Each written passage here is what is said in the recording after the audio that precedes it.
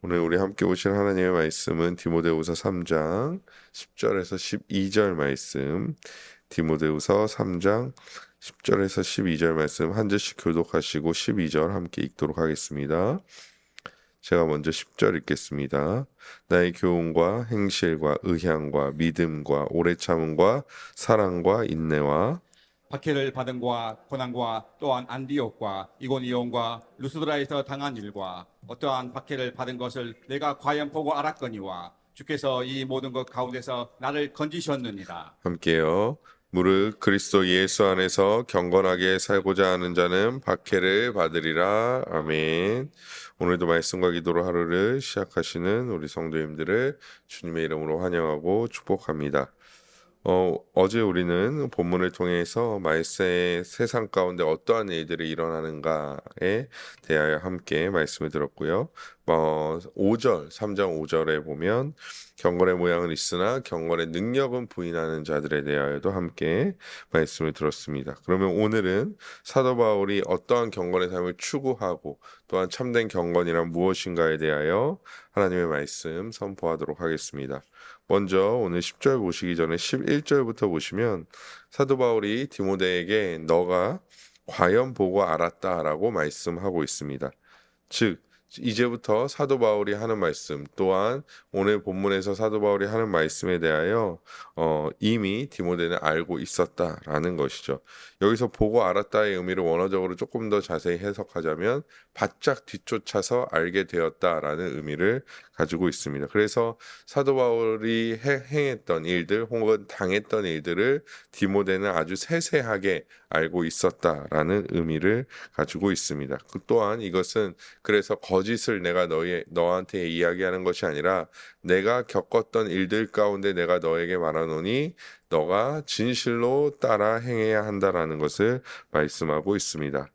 디모데는 먼저 다 10절로 올라가셔서 디모데는 사도 바울이 말하는 교훈뿐 아니라 그에 따른 삶을 보였습니다. 먼저 1차적으로 온전한 교훈을 사도 바울이 가지고 있었다. 온전한 진리의 말씀을 가지고 있었다라는 것을 우리는 알아야 합니다. 그는 언제나 온전한 복음과 진리 가운데 거하기를 소망했고 조금이라도 거짓된 진리 또한 거짓된 복음이 다가왔을 때 명확하게 대처했던 것을 우리는 알 수 있습니다. 거기에 이제 대표적인 것이 이제 갈라디아 교회에 보낸 편지에서 우리가 알 수 있죠. 즉 갈라디아 지역 교회에 거짓 교사들이 들어오자 그는 즉시로 편지를 보내서 그들이 전한 복음, 즉 거짓 교사들이 전한 복음이 잘못되었다라는 것을 알려주었습니다. 그렇기 때문에 사도 바울은 이 올바른 진리와 또 그 올바른 진리를 통한 교훈에 대하여 명확한 자였다라는 것이죠. 우리도 마찬가지입니다. 우리도 단순히 그냥 하나님의 말씀을 듣고 그냥 하나님의 말씀을 잘 들었으면 됐지라고 치부할 것이 아니라 물론 우리가 내일 더 자세히 살펴보겠지만 올바른 진리에 대한 탐구와 올바른 교훈에 대한 갈망이 우리 가운데 늘 있어야 한다라는 것입니다. 그래야지 올바른 삶으로 그것이 나타내지기 때문이죠. 그래서 오늘 본문에 보시면 교훈 바로 뒤에 따라오는 것이 바로 행실입니다. 이는 사도 바울이 교훈을 자신이 선포했을 뿐만 아니라 그에 따라 올바르게 살아갔다라는 것을 말씀하고 있는 것이죠. 그래서 우리의 경건이라는 것은 단순히 하나님의 말씀을 듣는 것에서 그치지 않는다라는 것입니다. 즉 올바른 진리를 알고 올바른 진리를 듣는 것이 시작점이긴 하나 그 시작점에서 더 나아가서 올바른 행실을 갖추어야 한다라는 것이죠. 그래서 거룩해 보이는 행함만 있는 것도 아니고 말씀만을 잘 듣는 것이 경건이 아니라 참된 경건의 사람은 참된 진리의 말씀을 듣고 읽으며 또한 그 말씀을 그대로 살아내고자 하는 사람이 참된 경건의 사람이라는 것입니다. 아무리 하나님의 말씀을 들었지만 그것이 행실의 열매로 나타나지 않는다면 그것은 경건하다 할 수 없을 것입니다. 즉 교훈은 듣지만 하나님의 진리의 말씀은 듣지만 내 뜻대로 행하고 내 생각대로 행한다면 그것은 아무리 거룩해 보이는 교훈의 행위를 가졌다 할지라도 그것은 경건한 사람이 아니다라고 볼 수 있는 것이죠. 그래서 우리는 어제 경건의 모양만을 가진 자들에 대하여 함께 말씀을 나눴습니다. 경건의 모양은 물론 중요합니다. 하지만 경건의 능력은 단순히 경건한 모습으로부터 발현되는 것이 아니라는 것이죠. 왜냐하면 참된 경건의 예배는 반드시 그 예배를 드린 자들의 삶의 열매로 나타나기 때문입니다. 그렇기 때문에 우리는 행하기 위하여 올바른 말씀을 들어야 하며 성령이 행하시는 대로 성령을 따라 행하는 자들이 되어져야 한다라는 것이죠.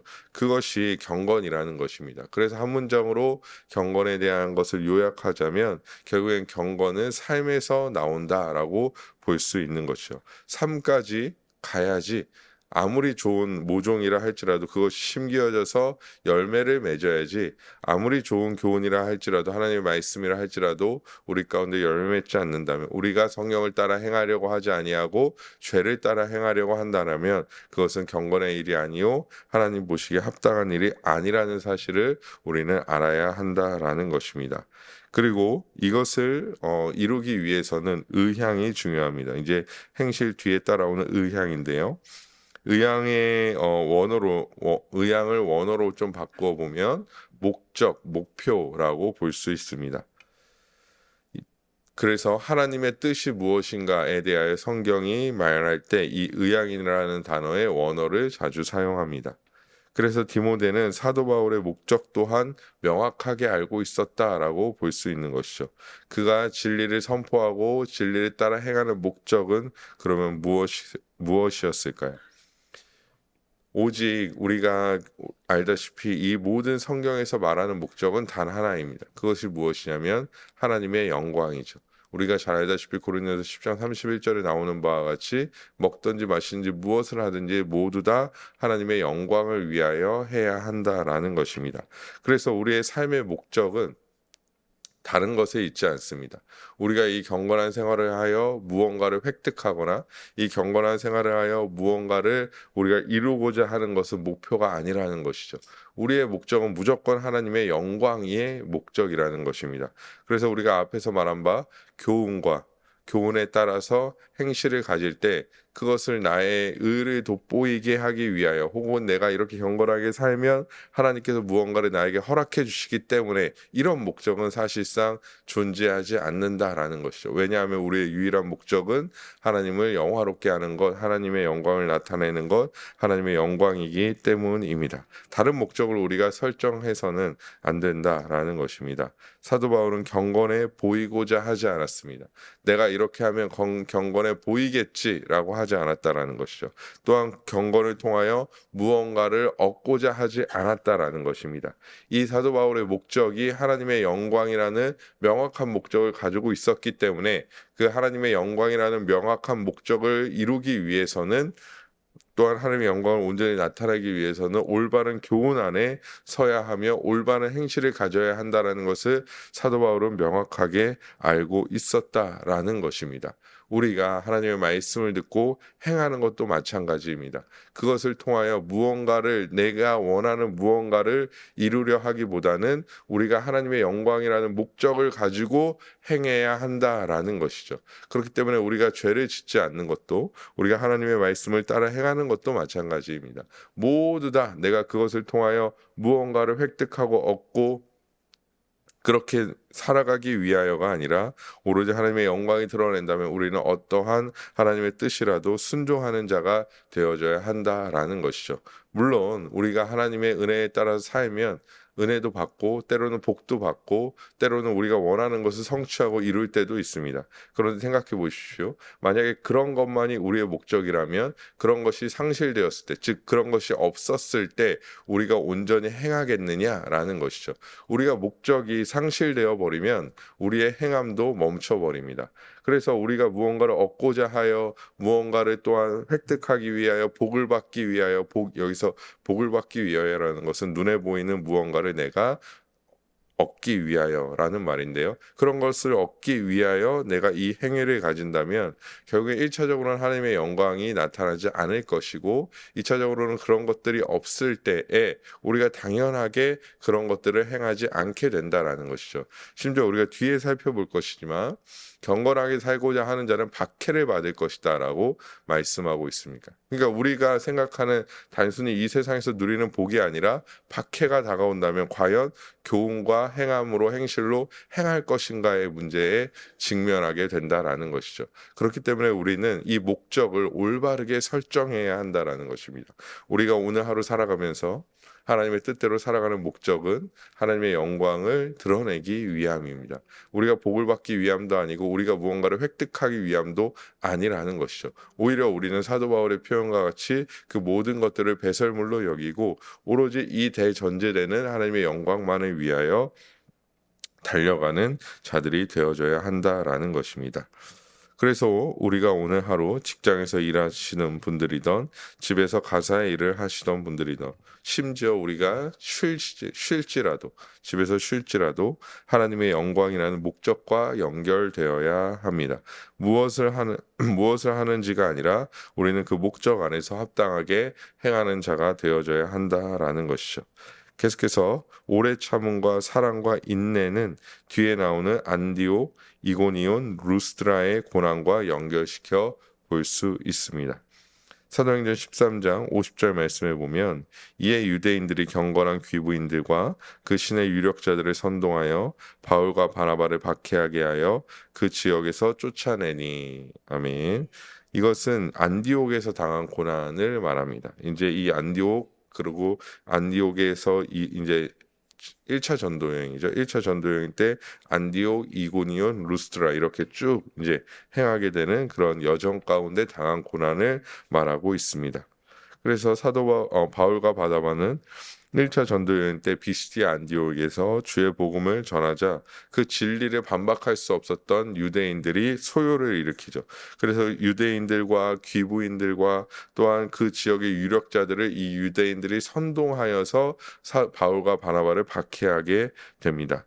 그리고 두 번째로는 이고니온입니다. 안디옥에서 주의 복음을 전하다가 이 박해로 말미암아 이고니온에 온 바울과 바나바는 유대인들의 회당에서 담대하게 주의 복음을 전합니다. 하지만 이 유대인들도 이제 끈질기게 계속 쫓아오는 거죠. 계속 사도 바울을 쫓아와서 또한 그 당시에 이방인들의 마음을 선동하여 이방인과 유대인 모두가 사도 바울과 바나바를 돌로 치려고 합니다. 사도행전 14장 5절 말씀을 보시면 이방인과 유대인과 그 관리들이 두 사도를 모욕하며 돌로 치려고 달려드니라고 말씀하고 있죠. 그리고 그래서 건너간 곳이 이제 또한 루스드라가 되는 것이죠. 동일한 유대인들이 이방인들을 충동하고 실제로 이번에는 돌로 치는 그런 일이 발생하게 됩니다. 사도행전 14장 19절인데요. 유대인들이 안디옥과 이고니온에서 와서 무리를 충동하니 그들이 돌로 바울을 쳐서 죽은 줄 알고 시외로 끌어내치니라. 아멘. 그러니까 처음에는 박해했다가 돌로 치려 하다가 실제로 돌로 치게 되는 그런 일들이 발생했다라는 것입니다. 유대인들은 끊임없이 사도 바울이 가는 곳마다 쫓아가서 사람들을 선동하고 사도 바울을 죽이려고 했습니다. 그럼에도 사도 바울은 믿음을 지켜갔으며 자신의 사명을 지켰다라는 것입니다. 오래 참았으며 인내했으며 또한 이방인들에 대한 마음을 가지고 하나님에 대한 사랑의 마음을 가지고 주의 복음을 전했다라는 것입니다. 사도 바울은 자신을 죽이려고 하는 자들이 끊임없이 쫓아왔음에도 불구하고 그들에게 대항하지 않았다는 점을 우리는 주목해야 합니다.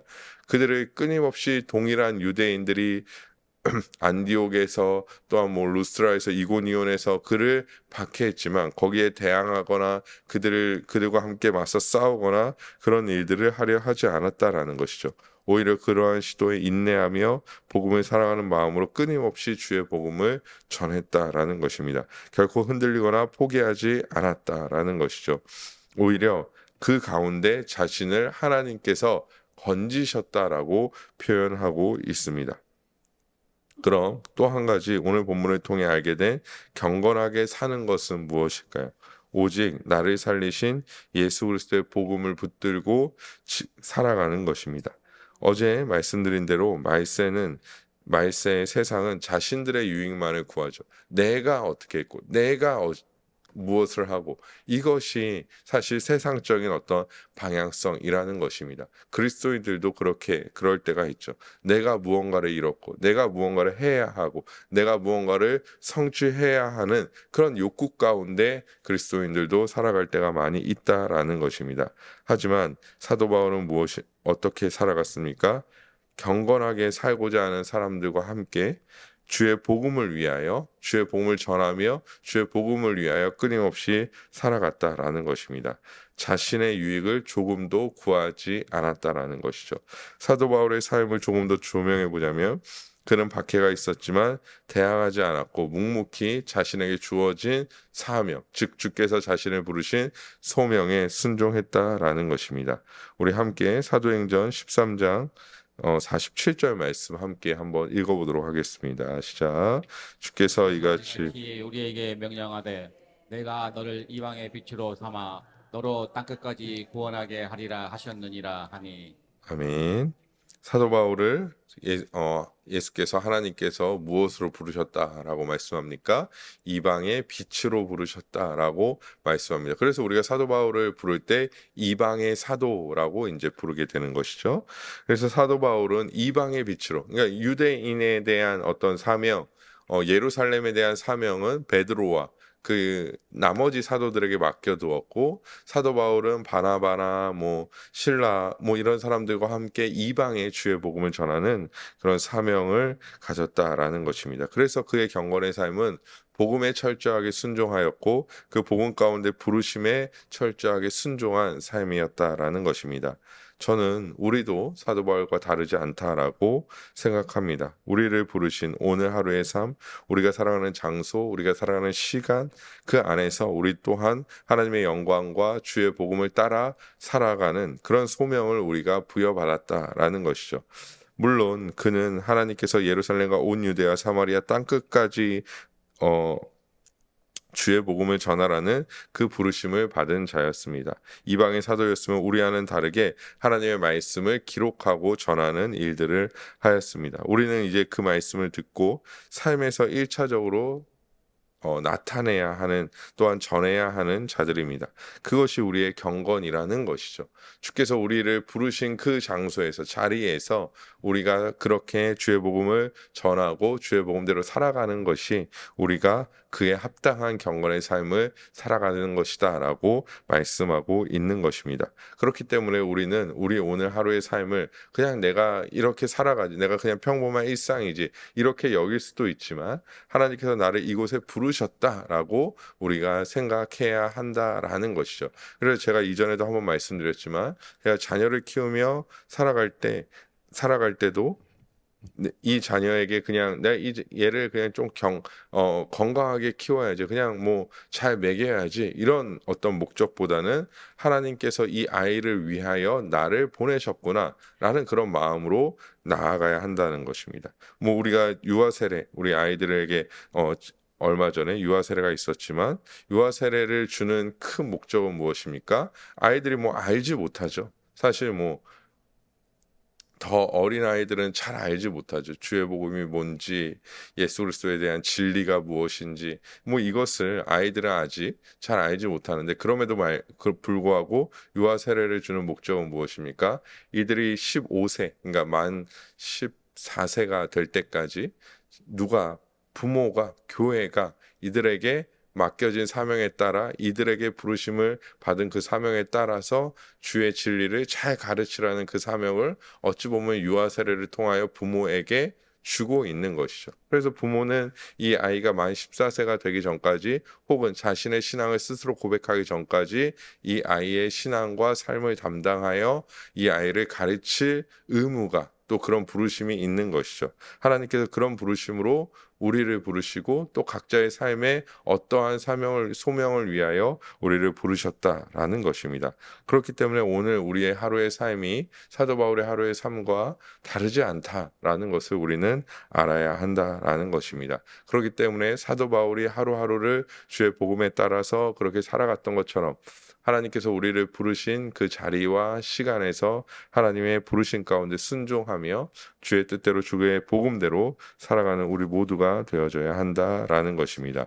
그리고 사도 바울은 12절에 이렇게 말합니다. 12절 제가 다시 한번 읽어드리겠습니다. 무릇 그리스도 예수 안에서 경건하게 살고자 하는 자는 박해를 받으리라. 아멘. 말세의 세상의 기조와 방향이 아닌 참된 경건대로 살아가는 자들에게는 박해가 있다라고 말씀합니다. 사도 바울은 실제로 그런 박해를 당했고 초대교회 당시에는 수많은 자들이 이 진리를 따라 행한다라는, 즉 경건하게 살고자 하는 이유로 말미암아 수많은 박해를 당하였습니다. 죽임을 당하기도 하였고 박해를 당하기도 하였고 심지어 경제적인 어려움에 처하기도 하였습니다. 하지만 사도 바울은 이것을 이상한 것으로 여기지 않았다라는 것이죠. 오히려 당연한 것으로 여겼습니다. 그래서 오늘 본문에도 경건하게 살고자 하는 자들에게는 박해가 따를 것이다라고 명확하게 말하고 있는 것이죠. 즉 경건하게 살고자 하는 자들에게 이 세상에 복이 있을 거다. 너가 원하는 것이 이루어질 거다. 너가 그렇게 행위의 열매를 심으면 하나님께서 복 주실 거다라고 말씀하고 있지 않았다라는 것입니다. 여러분, 만약에 우리가 초대교회의 성도라고 생각해 봅시다. 초대교회의 성도라고 생각한다면 과연 우리가 생각하는 복이라는 개념의 그 복을 추구하며 살아갔을까요? 저는 아니라고 봅니다.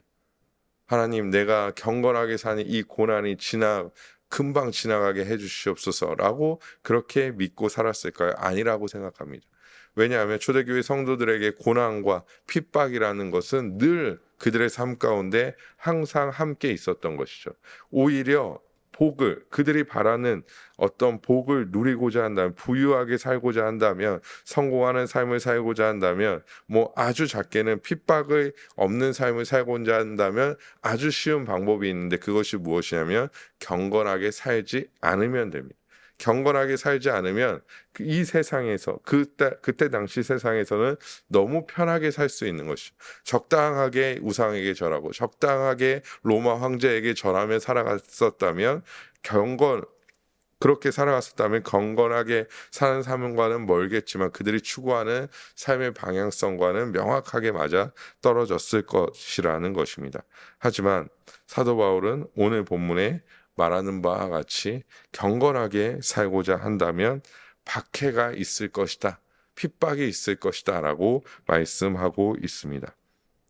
왜냐하면 세상이 그렇게 경건하게 살고자 하는 자, 하나님의 뜻대로 살고자 하는 자들을 싫어하고 미워하기 때문이죠. 이 말씀은 우리에게도 말하고 있는 것입니다. 복음을 따라 살아가는 것은 세상이 싫어하며 박해와 핍박이 올 것이다 라고 말합니다. 그러니 우리는 그것을 이상한 것으로 여기지 않아야 한다라는 것입니다. 가끔 이제 SNS를 보면 어린아이들이 이제 나와서, 이전에도 한번 말씀드렸는데요. 어린아이들이 나와서 이제 암송을 하거나 부모님이 막 성경 말씀을 가르쳐 주거나 이거야 이렇게 하는 거야라는 그런 저희들이 보기에는 너무 흐뭇한 영상들이 가끔 이제 올라옵니다. 그것을 보면서 아이들이 막 암송을 하거나 막 가정에서 부모님과 성경 공부를 막 하는 모습을 막 올라오면 저도 괜히 이제 웃음이 이제 나더라고요.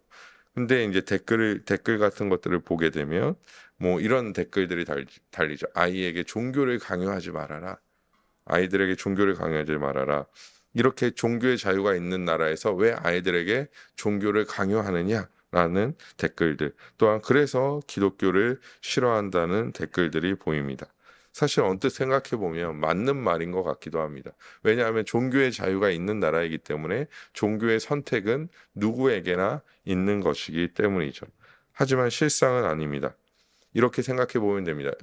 이제 유아 세례를 다시 한번 말씀드리면, 유아 세례의 어떤 성경적 근거는 세례 자체가 무엇입니까? 고린도전서에 보면 세례가 바다에서 이스라엘 백성들이 세례를 받았다라고 말씀하죠. 그것이 이제 홍해 사건을 말하고 있는데요. 만약에 우리가 아이들을 그냥 종교의 자유가 있지, 너가 마음대로 하는 거야 라고 말한다면 홍해가 팍 갈라졌는데 아직 자신의 어떤 생각과 판단을 하지 못하는 아이에게 홍해가 갈라졌는데 건너오고 싶으면 너가 건너오고 말고 싶으면 말아라 라고 얘기하는 거죠. 그럼 그 아이가 부모 따라서 건너오긴 하겠지만 그 선택권을 그 아이에게 주는 겁니다. 만약에 더 갓난아기라고 생각해 봅시다. 이렇게 안아야 되는 아이예요. 그런데 그 아이를 이제 홍해가 갈라졌는데 내려놓고 너가 이제 선택해라. 올래면 오고 말래면 말아라. 라고 얘기한다면 사실 그 아이들은 올 수가 없죠. 올 수가 없습니다. 하지만 왜 사람들은 그것이 종교의 강요다라고 말하는 걸까요? 복음의 참된 진리를 알지 못하기 때문입니다.